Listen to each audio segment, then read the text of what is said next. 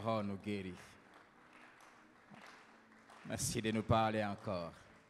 Agrée ces acclamations au nom de Jésus. Merci Seigneur.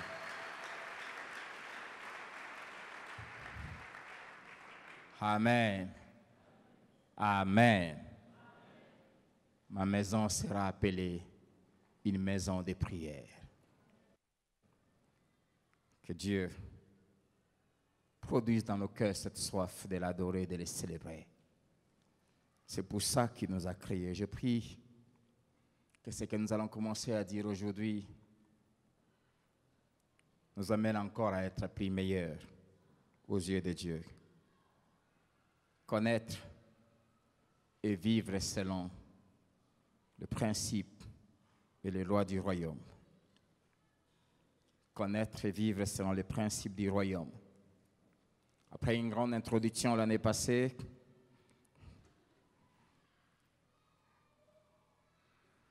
il y a des dimanches, nous avions parlé des conditions d'accès à ces royaumes. Car les choses que nous allons commencer à parler aujourd'hui,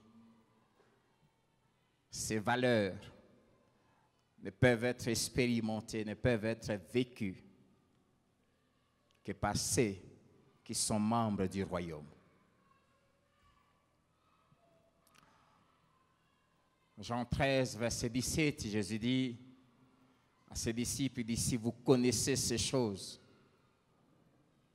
vous êtes heureux, pourvu que vous les pratiquiez. Je prie que Dieu me fasse la grâce de nous transmettre ces valeurs fidèlement, selon son esprit. Et je prie qu'ensemble, nous puissions les pratiquer. Bonjour à tous. Que Dieu nous bénisse et bienvenue dans la maison de Dieu. Matthieu chapitre 5. J'aimerais nous encourager à étudier profondément, à les lire à la maison, tous les chapitres 5, tous les chapitres 6, tous les chapitres 7. Nous allons longuement parler de ces 3 chapitres pendant ces dimanches qui vont suivre, à dater de ce matin. Matthieu 5, 1 à 12. Voyant la foule, Jésus montant sur la montagne, et après qu'il se fit assis, ses disciples s'approchèrent de lui. Puis, ayant ouvert la bouche, il les enseigna et dit. Il n'a pas enseigné tout le monde. Il a enseigné ceux qui se sont approchés de lui, ses disciples.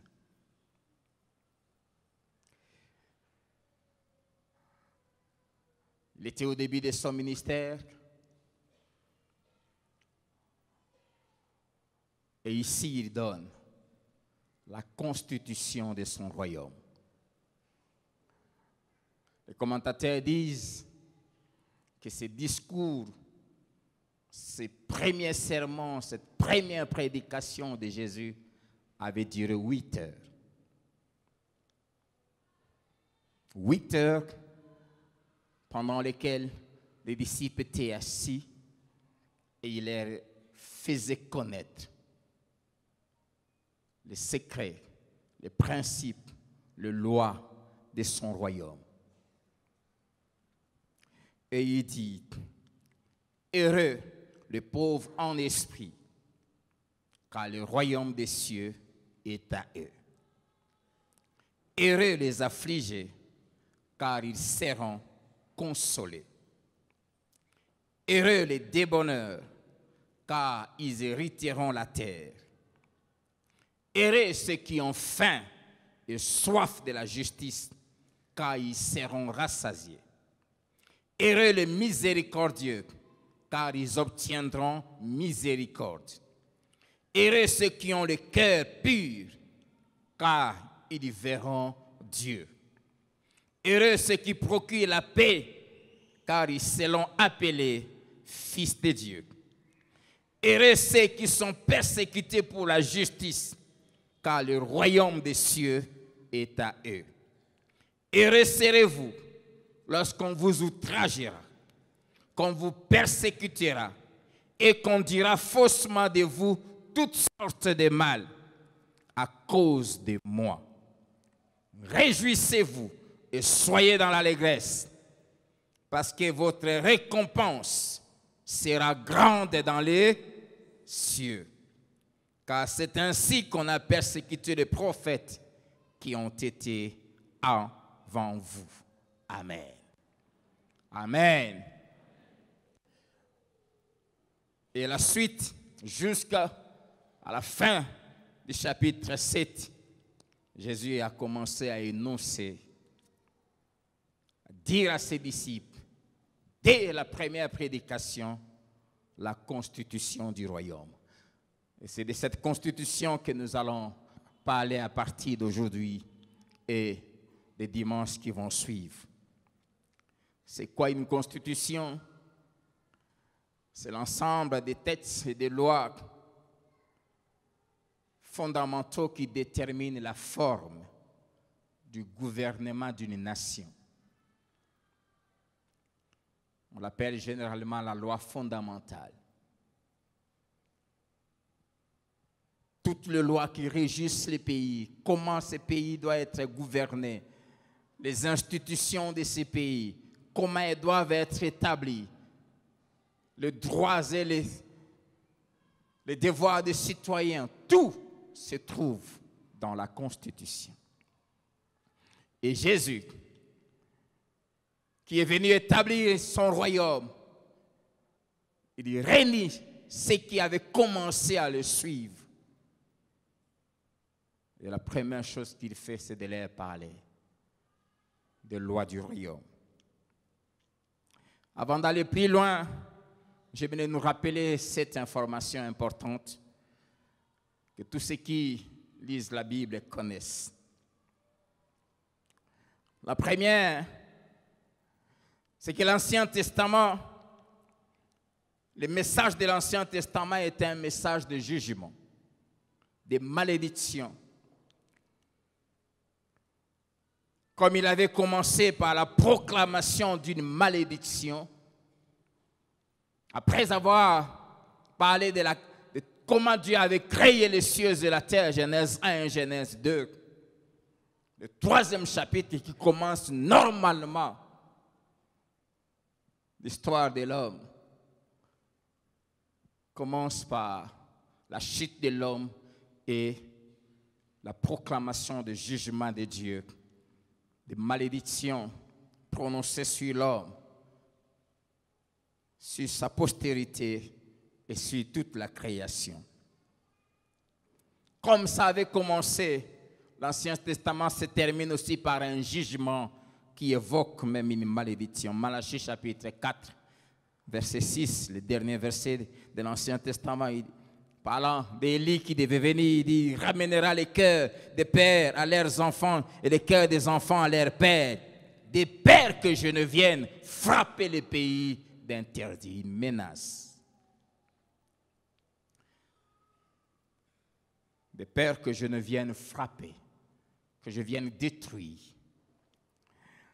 Deuxième information que je rappelle, c'est que la première grande prédication du Nouveau Testament, contrairement à l'Ancien, commence par une série de bénédictions. Une série de secrets du bonheur, comme nous venons de les lire. Troisième information, l'Ancien Testament démontre les besoins du salut de l'homme. Et le Nouveau Testament offre le Sauveur, qui est Jésus-Christ, offre ce salut. Quatrième information, l'Ancien Testament présente un roi, le premier homme, Adam, dont l'histoire a été tragique, très tragique. Il est roi parce qu'il a été établi sur la terre afin de la gouverner, afin de régner, afin de dominer, de la sujettir. Malheureusement, il a lamentablement échoué parce qu'il est tombé, il a chuté. Au travers de cette chute, la malédiction est entrée. Cinquième information, le Nouveau Testament, par contre, aussi commence par la présentation d'un nouveau roi. Un roi qui ne tombera jamais. Amen. Un roi qui apporte la bénédiction, la vie, à la place de la malédiction. Ce deuxième Adam est aussi le dernier, parce qu'il n'y aura pas d'autre après lui. Et lui, il ne tombera jamais. Le premier Adam a été éprouvé dans un jardin magnifique, où il avait tout y était placé. Tout ce qui pouvait lui permettre de vivre en harmonie avec Dieu. Mais malgré ce cadre magnifique, il est tombé. Le deuxième Adam a été aussi tenté par la même personne, mais dans un désert, un lieu inhospitalier. Mais lui a vaincu. Amen.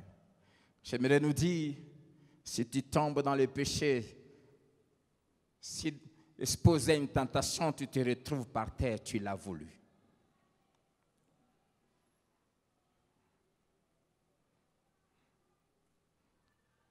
Rester ferme ou tomber, ce n'est pas une question de vivre bien. Avoir une vie chrétienne épanouie qui honore Dieu, ce n'est pas une question d'argent, ce n'est pas une question d'avoir un travail, ce n'est pas une question d'avoir un mari, ce n'est pas une question d'avoir des conditions qui te permettent de bien vivre. Adam avait tout et il est tombé. Mais Jésus n'avait pas toutes ces conditions-là. Et il est resté ferme. C'est une question de cœur, de la place que Dieu occupe dans nos cœurs. Si tu n'apprends pas à aimer Dieu quand tu manques, tu ne l'aimeras jamais quand tu auras. Si tu n'apprends pas à craindre Dieu quand tu manques, quand tu passes par des moments difficiles, quand tu n'as pas de mari, si tu n'apprends pas à être fidèle, à garder ton corps quand tu es célibataire, détrompe-toi. Ne dis pas que si tu me donnes ma femme, je ne tomberai plus. Au cas où tu continueras à tomber.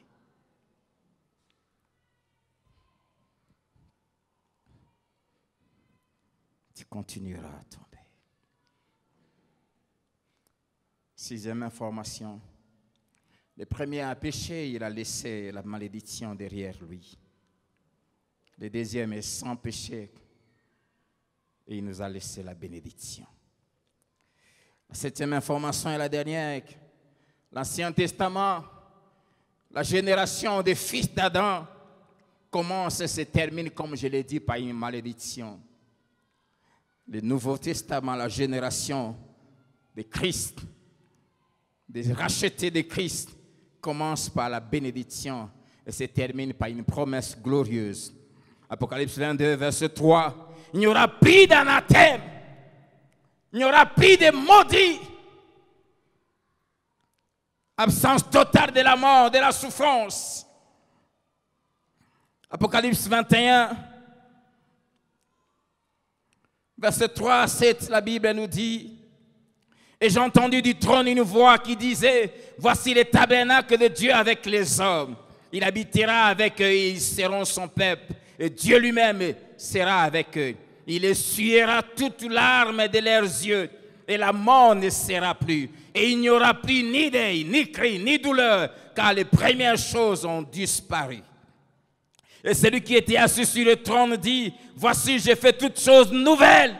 Et il dit: écris, car ces paroles sont certaines et véritables. Et il me dit: c'est fait. Je suis l'alpha et l'oméga, le commencement et la fin. Amen. À celui qui a soif, je donnerai de la source de l'eau vive, gratuitement. Amen. Et verset 22, 3 à 5, il est écrit, il n'y aura plus d'anathème, le trône de Dieu et de l'agneau sera dans la ville. Ses serviteurs le serviront et verront sa face. Et son nom sera sur leur front.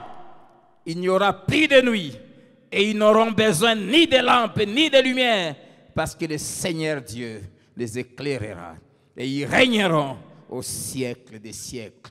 Voilà le royaume qui nous attend.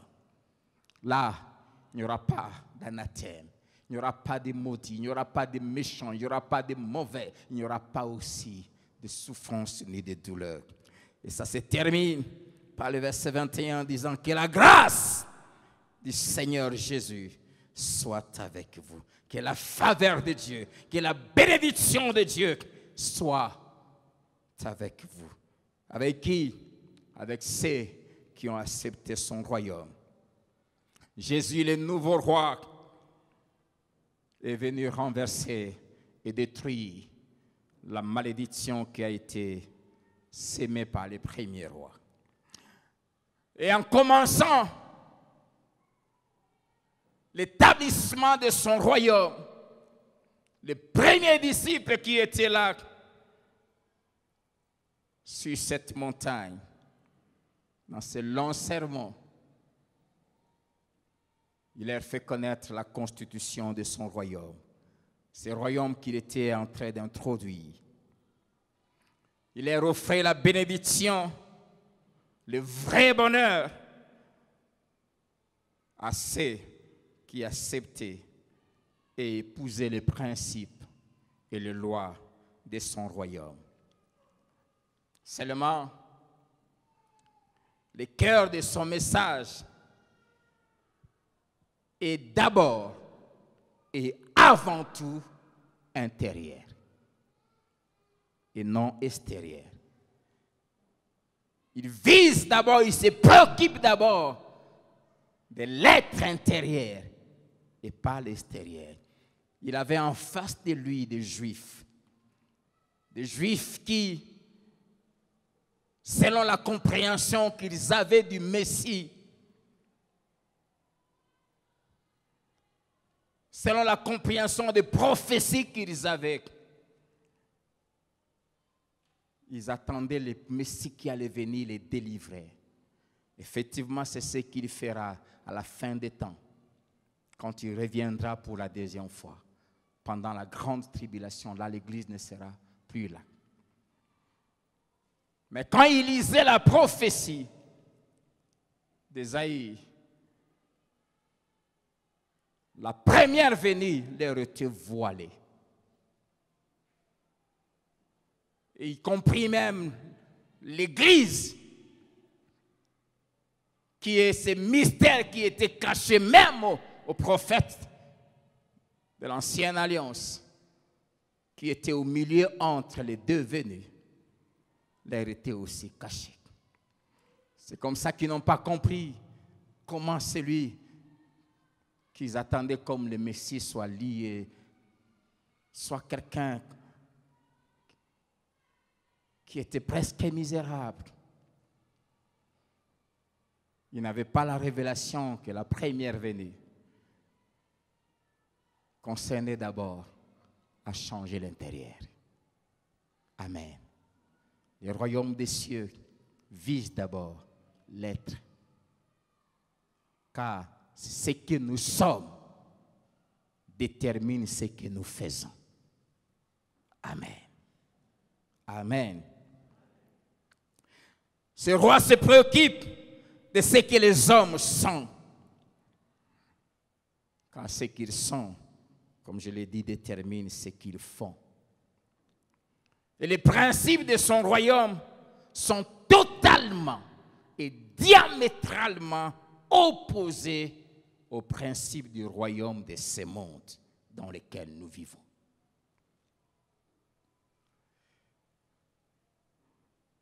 Par exemple, tout le monde devait être grand. Mais dans le royaume des cieux,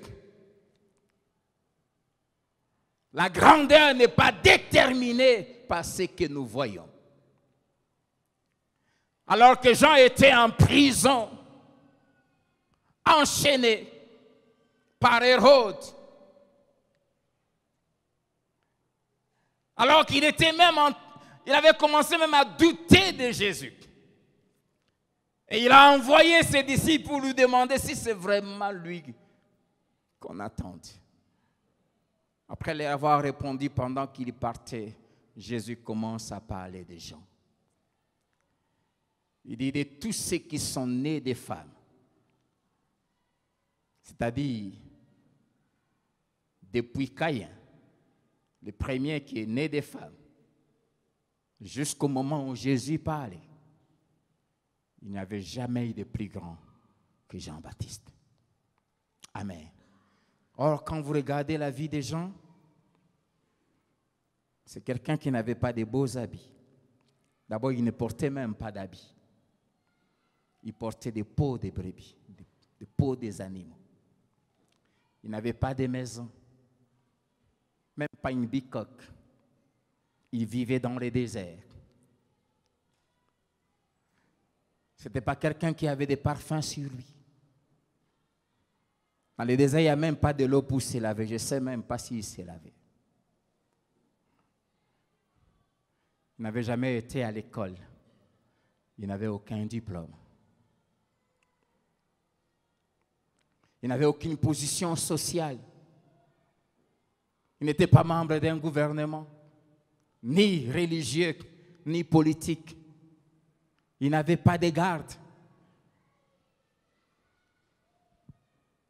Mais de tous ceux qui sont nés de femmes, dans le royaume des cieux, il était qui? Le plus grand. Amen. Là, Jésus bouleverse déjà les choses pour dire que le principe de la grandeur, ce n'est pas ce qui brille. Jeunes filles, vous qui cherchez des hommes grands, des hommes de valeur, si vous êtes filles de Dieu, sachez que la grandeur dans notre royaume, c'est ce qui est là à l'intérieur. Et pourquoi cet homme était le plus grand? C'est parce qu'il était rempli du Saint-Esprit dès le sein maternel. Amen. Amen. Il n'avait rien qui pouvait attirer les regards, mais il était le plus grand. Mais ce qui est extraordinaire, c'est que Jésus ajoute, mais le plus petit dans le royaume des cieux est plus grand que Jean-Baptiste. Amen. Les plus petits, c'est qui? Ce sont ceux qui ont cru en Jésus, qui l'ont reconnu comme sauveur et Seigneur de leur vie, et qui ont accepté les principes du royaume, et qui ont soumis leur vie aux principes du royaume, et qui les vivent tous les jours de leur vie. Amen. Et dans Matthieu 5, verset 3 au verset 12, il présente les critères qui amènent à devenir un de ces plus petits citoyens du royaume. Il dit, pour être citoyen de son royaume, il dit, il faut être pauvre en esprit. C'est-à-dire être conscient de ta misère spirituelle, être conscient que tu es un pécheur, que tu es séparé de Dieu, que tu ne peux pas te sauver toi-même, ce n'est pas ta religion, ce n'est pas tes offrandes, ce n'est pas tes œuvres qui peuvent te sauver. Être conscient de ta misère spirituelle, que sans Dieu, tu es perdu. Ne jamais se vanter par rapport aux choses de Dieu. Être conscient que tu ne peux rien sans Dieu, que tu es incapable de faire même ce qu'une fourmi est capable de faire sans Dieu. Ah, car la fourmi est plus sage que beaucoup d'hommes. Heureux les pauvres en esprit. Pauvres en esprit. Et une des choses qui montre les gens qui sont conscients de leur pauvreté spirituelle, c'est qu'ils sont totalement dépendants de Dieu. Ils ne font rien sans Dieu. Ils ne font rien sans consulter Dieu. Il ne joue pas avec la prière qui consiste à chercher Dieu.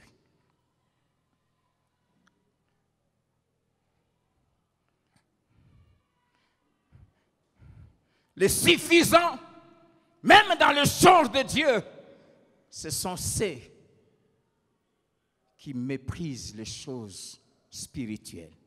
La prière, comme l'adoration. On chantait ici. Nicolo, Nansé, Evgumba, mais combien se mettaient à genoux? Nous chantons avec nos lèvres, mais pas nos cœurs. Tu chantes que les cieux et la terre doivent se prosterner devant toi. Tu es où? Sur la terre, oui ou non? Mais pourquoi tu ne te prosternais pas? Parce que tu trouves que tu es trop important pour le faire. Heureux le pauvre en esprit.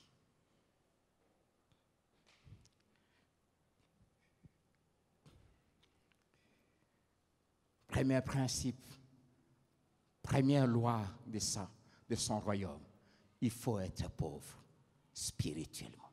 Il faut être conscient de ta pauvreté spirituelle. Ce sont ceux-là qui sont intelligents aux yeux de Dieu. Psaume 53, verset 3, la Bible dit, Dieu du haut des cieux observe les hommes sur la terre pour voir s'il y a quelqu'un qui est intelligent, qui cherche Dieu. Ceux qui sont pauvres, qui ont de l'intelligence spirituelle, ils cherchent Dieu. C'est pour cela, ceux-là ne ratent jamais des cultes. Ne ratent jamais des occasions que Dieu leur donne pour chercher Dieu.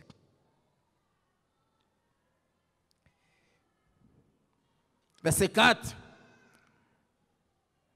Heureux les débonneurs, c'est-à-dire ceux qui sont affligés. Qu'est-ce que cela veut dire? Ceux qui souffrent dans leur cœur à cause des abominations, à cause de toutes les méchancetés qui remplissent cette terre. Un des mal graves que ce monde impie commet devant Dieu, c'est non seulement faire ce qui est mal à ses yeux, mais approuver et acclamer ceux qui le font. Approuver et acclamer ceux qui le font. Et l'apôtre Paul dit dans Romains 1, il dit, non seulement ils le font, ils font ce qui est mal devant Dieu, c'est que Dieu désapprouve. Les hommes vont avec les hommes, les femmes vont avec les femmes. Ils se plaisent à ça. Mais non seulement ça, mais ils approuvent aussi ceux qui le font. Et beaucoup de ceux qui viennent à l'église approuvent. Les débonneurs, les affligés, ce sont ceux qui souffrent en voyant comment le péché s'accroît. Tous ceux qui restent là assis en train de regarder un film pornographique, ceux qui sont en train de faire ce film pêchent. Et quand tu te mets à regarder ça, tu es en train d'approuver ce qu'ils font. Et tu trouves même un plaisir dans ça. Une des choses qui m'a poussé, voilà, près de 20 ans, à ne plus jamais regarder le film, c'est que tu ne verras pas un film où les gens ne s'embrassent pas. Alors, quand tu regardes les gens qui sont en train de s'embrasser, ils ne sont pas mariés. Tu es là avec ta télécommande calme, tu es même en train de rire. Tu sens même ton corps bouger. Non seulement que tu ne condamnes pas ça, mais le fait de t'asseoir et de regarder, tu approuves ça. Tu n'es pas affligé par ça. Tu n'es pas citoyen du royaume. C'est que quand tu entends un frère tomber dans le péché, tu te mets à en parler partout. Et comme il est solo naïo, Tu trouves un plaisir à raconter ça. Tu n'es pas affligé. Car si tu étais affligé, ça allait te pousser même à gêner pour que Dieu les relève.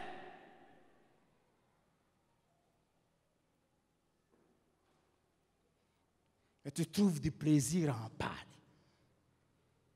Ça, je ne regarde jamais des pièces de théâtre ou des gens où on se moque des serviteurs de Dieu, on se moque de l'Église. Je n'approuve pas ceux d'entre nous qui font des choses qui discréditent l'Église. Mais je ne permets à personne de venir m'en parler. Errez les affligés. Qu'est-ce que tu ressens quand tu vois les gens faire le mal? Errez ceux qui souffrent. Quand Dieu du haut de son trône, assis, regarde la terre, il voit tant de saleté. Des Lot, ils sont plus nombreux aujourd'hui. La Bible dit cet homme juste qui vivait à Sodome. La Bible dit tourmentait son âme juste par ce qu'il voyait et entendait. Est-ce que ton âme est tourmentée par les choses sales que tu vois au bureau?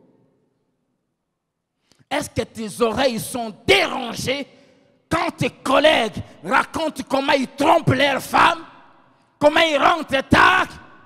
Est-ce que tes oreilles sont dérangées?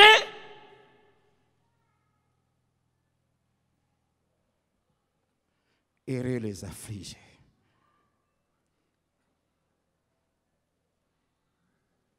Dès le début, il annonce, voici le loi de mon royaume.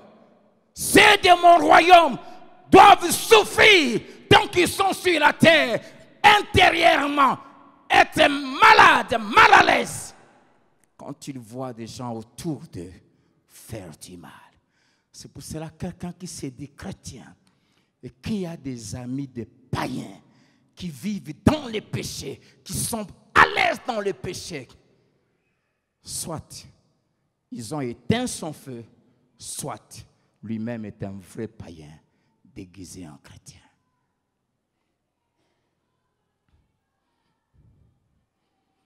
Errez les affligés.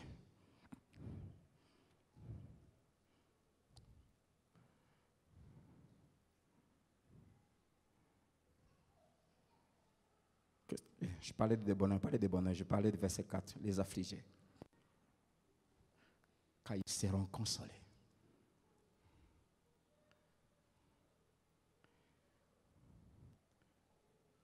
Si vraiment nous étions de vrais citoyens, de vraies citoyennes du royaume, nous serions tous de puissants intercesseurs.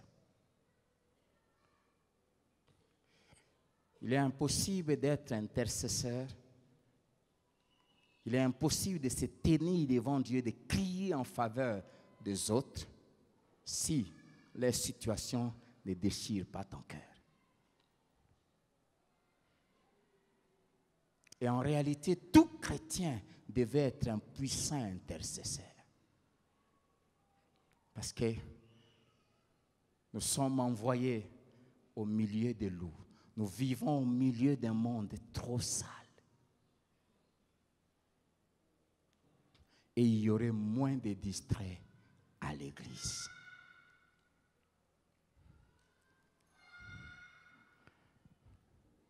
Troisième loi, verset 5. Il dit, errez les débonneurs, c'est-à-dire ceux qui sont humbles et doux. Ceux qui, à cause de Dieu, renoncent même à leurs droits. Ceux qui, plus loin, Jésus va dire, si quelqu'un te force à faire 1000, fais-en 2000. Et ne résiste pas à celui qui veut prendre ce qui est à toi. Les débonneurs, ceux qui sont humbles, ceux qui regardent les autres comme étant au-dessus d'eux, ceux qui n'ont pas une trop haute opinion d'eux-mêmes, ceux qui ne méprisent pas les autres, ceux qui sont doux, c'est qu'ils sont posés, qui sont maîtres d'eux-mêmes.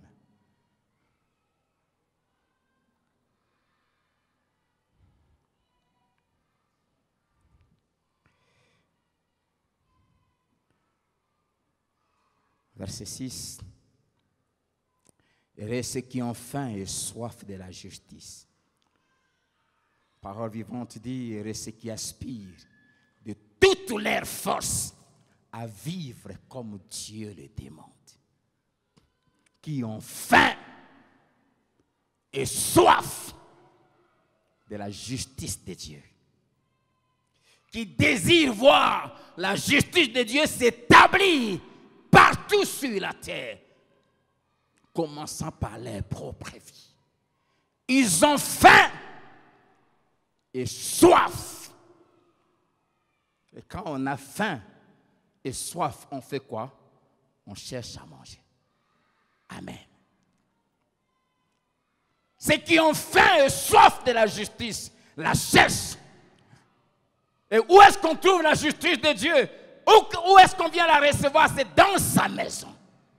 Ils aiment la maison de Dieu. C'est dans sa présence. Ils aiment la présence de Dieu. Ils lisent la parole. Ils ont faim. Ils font de la justice de Dieu. C'est-à-dire des choses que Dieu approuve.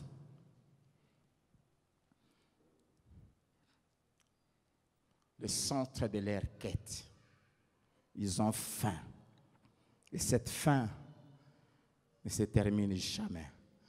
Et tant qu'on est sur la terre, on la cherche toujours. Verset 7. Heureux les miséricordieux, de ceux qui ont un cœur compatissant, qui sont sensibles à la misère des autres.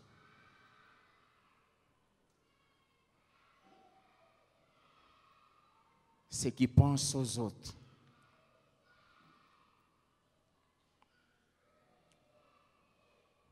Heureux ceux qui ont le cœur pur, ceux qui sont sincères et droits, le cœur pur. Avoir un cœur pur, c'est ce que David dit dans le psaume, il dit, ce qui sort de ma bouche n'est autre que ce qui est dans mon cœur. Amen. La définition du mot intégrité dans la Bible. Être intègre, c'est être dehors ce qu'on est en privé. Amen. Un homme intègre, une femme intègre, c'est celui, c'est celle qui est en public ce qu'il est en privé. Amen. Si c'est que tu es dans ta chambre à coucher, là où personne ne te voit, et c'est que tu nous montres dehors, là tu es intègre.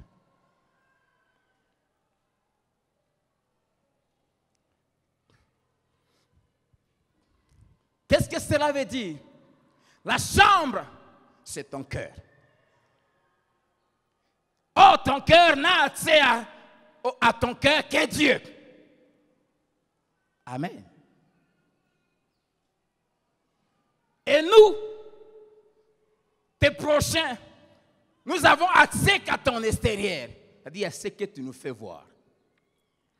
Oh, la Bible dit tu aimeras le Seigneur ton Dieu de tout temps et ton prochain commun. Tu es intègre. C'est quand Dieu regarde ton cœur et nous regardons ton extérieur, nous et Dieu, nous disons la même chose te concernant.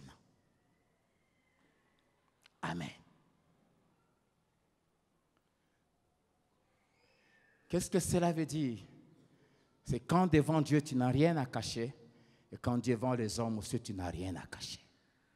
Mais chaque fois que tu as des choses que tu caches à Dieu, malheureusement devant lui tu ne peux rien cacher, mais aussi tu caches aux hommes. Dieu connaît parce qu'il est omniscient, il est partout. Nous on ne connaît pas. Tu n'es pas intègre.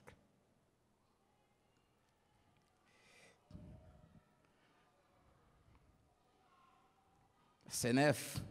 Et ceux qui procurent la paix,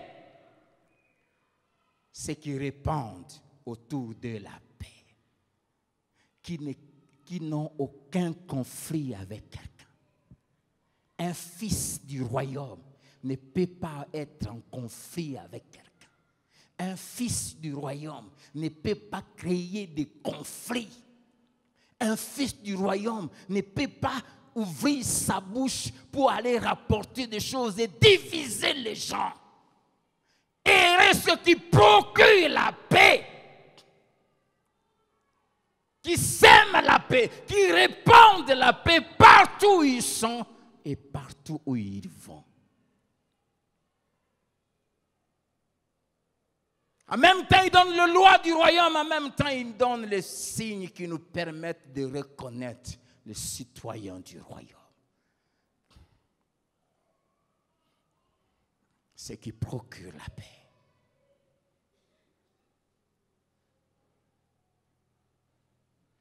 La paix, c'est le seul héritage que Jésus nous a laissé avant de rentrer auprès du Père. Il dit, je vous laisse ma paix. Je vous donne ma paix. Un des moyens pour connaître que tu es dans la volonté de Dieu, c'est la paix dans le cœur. Le premier exaucement que Dieu nous donne dans nos prières, c'est la paix dans le cœur. Ne vous inquiétez de rien, mais en toute chose, faites connaître vos besoins en Dieu par la prière, des supplications, des actions de grâce. Et la paix de Dieu, qui surpasse toute intelligence, c'est-à-dire qui ne dépend pas des circonstances et des réalités de la vie, gardera vos cœurs et vos pensées. Dès que quelque chose te trouble, sachez que le diable est derrière. Amen. Quand Jésus vient, première parole après sa résurrection, que la paix soit avec vous. Et quand un fils du royaume entre dans la maison de quelqu'un, quand Jésus les a envoyés deux à deux, il dit, là où on vous recevra, dites que la paix soit avec vous. C'est le premier message. Un vrai chrétien, c'est quelqu'un, on le reconnaît, dès qu'il arrive, il met la paix autour de lui. Un chrétien ne divise jamais. Un chrétien ne sème jamais le trouble. Jamais. Il dit là où on va vous recevoir, que votre paix entre dans cette maison. Tu ne peux pas te dire chrétien, tu entres dans un département et il y a le trouble. Depuis que tu es entré, les gens se cognent la tête à cause de toi. Un citoyen du royaume, dès qu'il arrive, il introduit la paix. La paix. La paix. Tu ne peux pas être un mari où, depuis que tu es entré dans la vie de cette femme, elle a perdu la joie. Tu n'es pas fils du royaume. Quel genre d'épouse où depuis qu'on t'a épousé, cet homme est devenu hypertendu. Il était calme, il ne tombait jamais malade.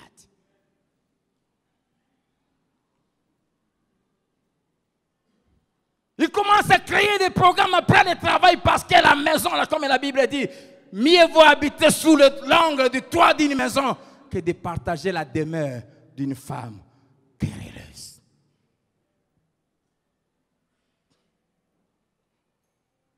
Heureux ceux qui procurent la paix.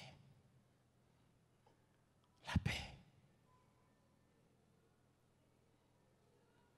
Le Fils du royaume ne divise pas les gens. C'est pour cela que tous ceux qui ont l'habitude de rapporter, de prendre ici, parle. Ce sont des fils et des filles du diable, des enfants de l'enfer. Et comme Caleb, j'ai dit, que vos bouches se ferment.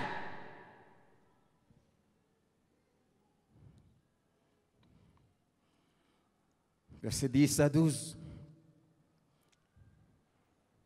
Heureux ceux qui sont persécutés pour la justice. Ceux qui sont opprimés pour avoir fait les choses que Dieu demande. Alléluia.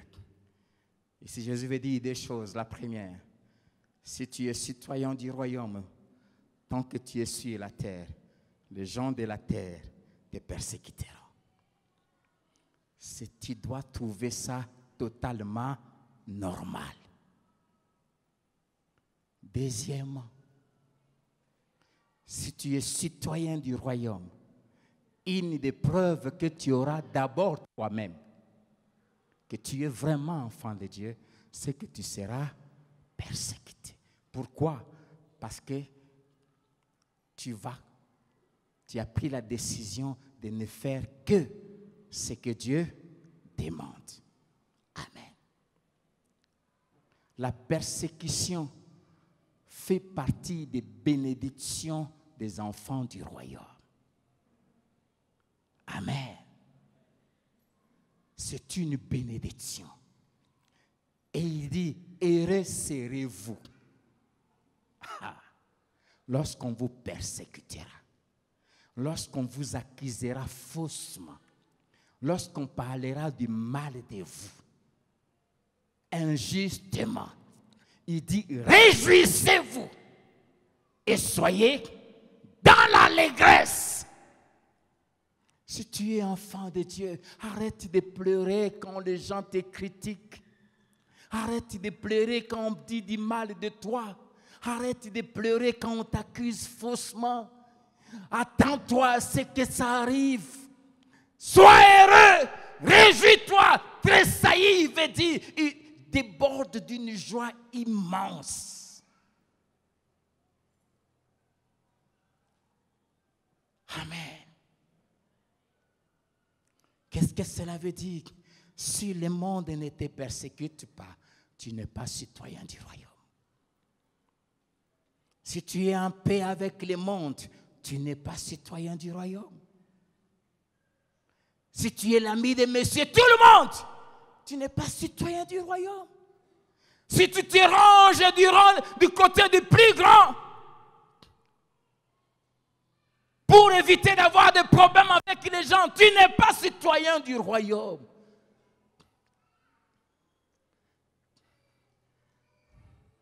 Si tu changes le mal en bien, parce que tout le monde appelle ça bien, alors que tu sais que c'est mal, par peur de perdre ton travail, tu n'es pas citoyen du royaume. Heureux serez-vous lorsqu'on vous persécutera. Ces valeurs, aux yeux du monde, représentent les faibles, ceux qui perdent. Parce que le monde dit, défends-toi. Nous allons voir plus loin, Jésus dit, quand on te frappe ici, tant ici. Mais le monde dit, rends le mal.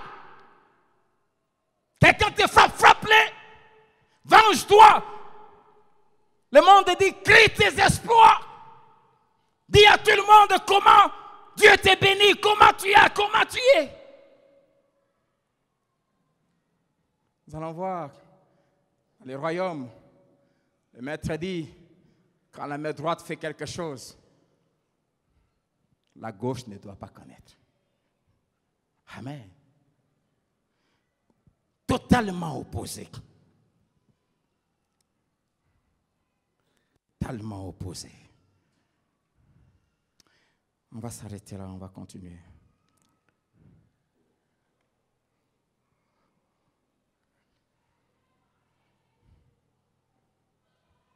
Le principe du royaume, comme on va le voir aussi dans les dimanches qui viennent, sont diamétralement opposés.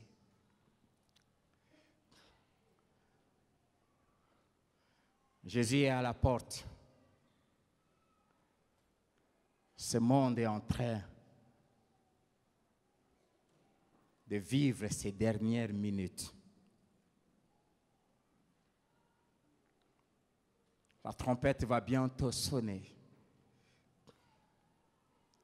Le Seigneur, depuis le mois presque d'octobre de l'année passée, il me disait, commence à crier. Les mots que j'entendais dans mes oreilles spirituelles, les mots crier. crie à mon peuple que je reviens. Je viens bientôt.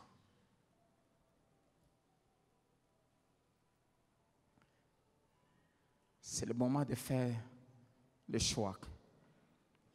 Soit tu es de la terre, soit tu es du royaume des cieux. C'est un choix à faire. Soit tu te conformes aux lois du monde, soit tu décides de te conformer aux lois du royaume. Je vais le répéter tous les dimanches, mais il est impossible de vivre selon ces valeurs si on n'a pas reçu, là à l'intérieur, la nouvelle nature. L'homme, par lui-même, ne peut pas vivre ces valeurs. C'est pour cela même, dans les doctrines libérales, dans la théologie libérale, ceux qui refusent de se conformer aux principes de Dieu, ils disent que ces lois, ces principes, Jésus les a donnés pour les milléniums.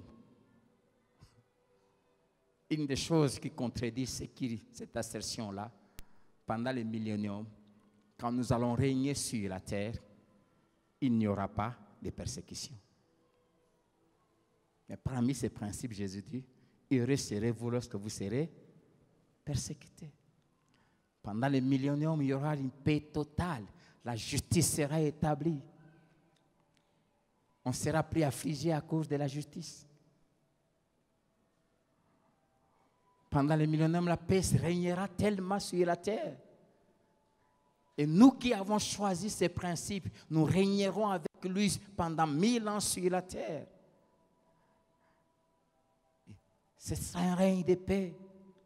Donc il n'y aura pas une question de procurer la paix. C'est maintenant qu'on doit vivre ces principes. Mais seulement, cette révolution, Jésus l'opère à l'intérieur.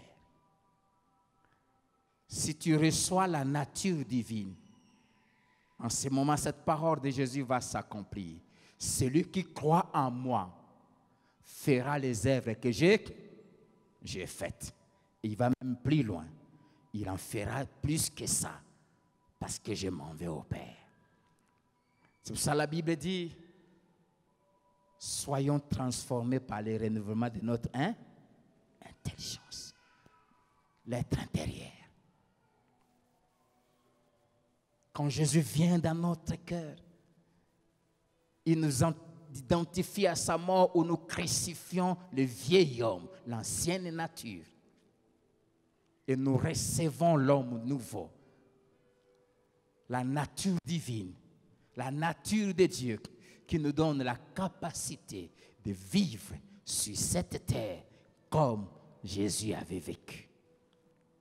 Et c'est seulement en ce moment-là, on va en parler le dimanche prochain, que nous allons être heureux. Nous allons définir ce quoi le terme ici heureux. Ces mots qui renferment toutes les bénédictions que Dieu nous donne. Heureux! Heureux les pauvres en esprit. Heureux ceux qui procurent la paix. Heureux ceux qui sont persécutés. Heureux les affligés. Ne sont heureux sur cette terre que ceux qui ont Jésus et qui vivent selon Jésus. Ce bonheur-là, ce bonheur intérieur, l'argent ne le donne pas. Les femmes ne le donnent pas. Les maisons ne le donnent pas. Les célibats ne le donnent pas. Les enfants ne le donnent pas. Ce bonheur ne peut le connaître que celui qui a Jésus dans son cœur. Un bonheur extraordinaire. Un bonheur glorieux. Un bonheur qu'on ne sait pas exprimer. Même il n'y a pas de mots, de vocabulaire humain pour expliquer ce que j'ai dans mon cœur. La joie de marcher avec ces dieux-là. Ce bonheur-là, quand tu as l'argent, tu es heureux. Quand tu n'as pas l'argent, tu es heureux. Tu es marié, tu es heureux. Tu n'es pas marié, tu es heureux. Tu as les enfants, tu es heureux. Tu n'en as pas, tu es heureux. Ce bonheur n'est pas affecté par les réalités de la vie. Ce bonheur-là te rend capable d'être mari d'une seule femme toute ta vie. Ce bonheur te rend capable de vivre avec ton $100 de salaire et être épanoui.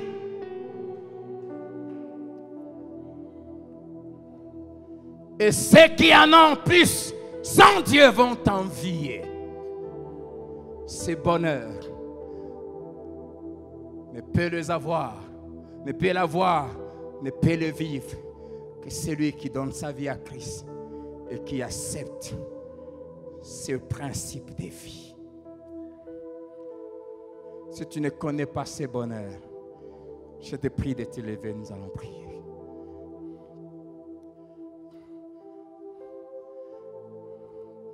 On crie dans nos têtes. Si tu ne connais pas ce bonheur, tu n'as pas encore goûté à la vie de Dieu. Ce bonheur fait qu'il pleuve, qu'il neige, qu'on t'aime ou qu'on te rejette ou qu'on t'accepte, que tu sois précieux ou pas. C'est bonheur que seul Jésus donne. Oh, la paix que Jésus donne, je ne la connaissais pas. Tout sur mon chemin rayonne depuis qu'il conduit ma vie.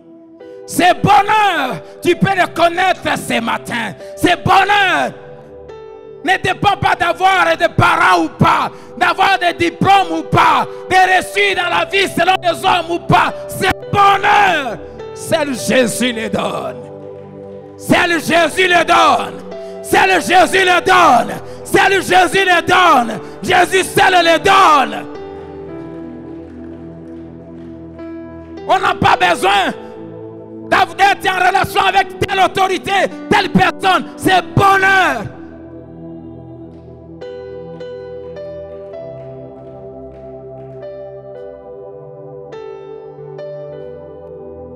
Oh Jésus.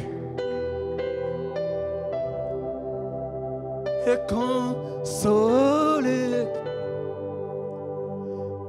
passant mon temps à la louange, dire à Jésus un grand merci. J'irai là-bas parmi les anges, près d'Emmanuel, et consoler, passant mon temps à la louange, dire à Jésus un grand. Et tu peux aller là-bas. Là, il n'y aura pas de deuil. Là, il n'y aura pas de maladie. Là, il n'y aura pas la mort. Là, il n'y aura pas de pleurs. Là, il y a un bonheur éternel. Et ce bonheur commence ici sur la terre. Là, à l'intérieur. Ce bonheur commence à l'intérieur. Et il va nous amener jusqu'à la gloire.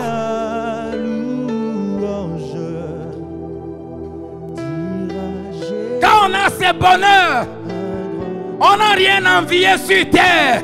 Le monde n'a rien à nous séduire. C'est bonheur que Jésus seul donne.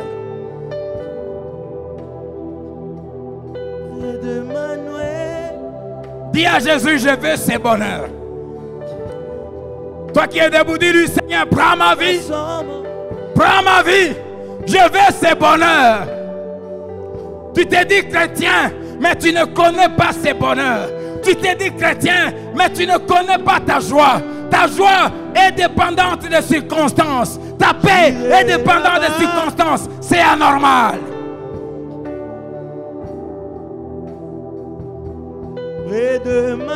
Soyez toujours joyeux. Ça, C'est le lot, c'est le partage de fils du royaume.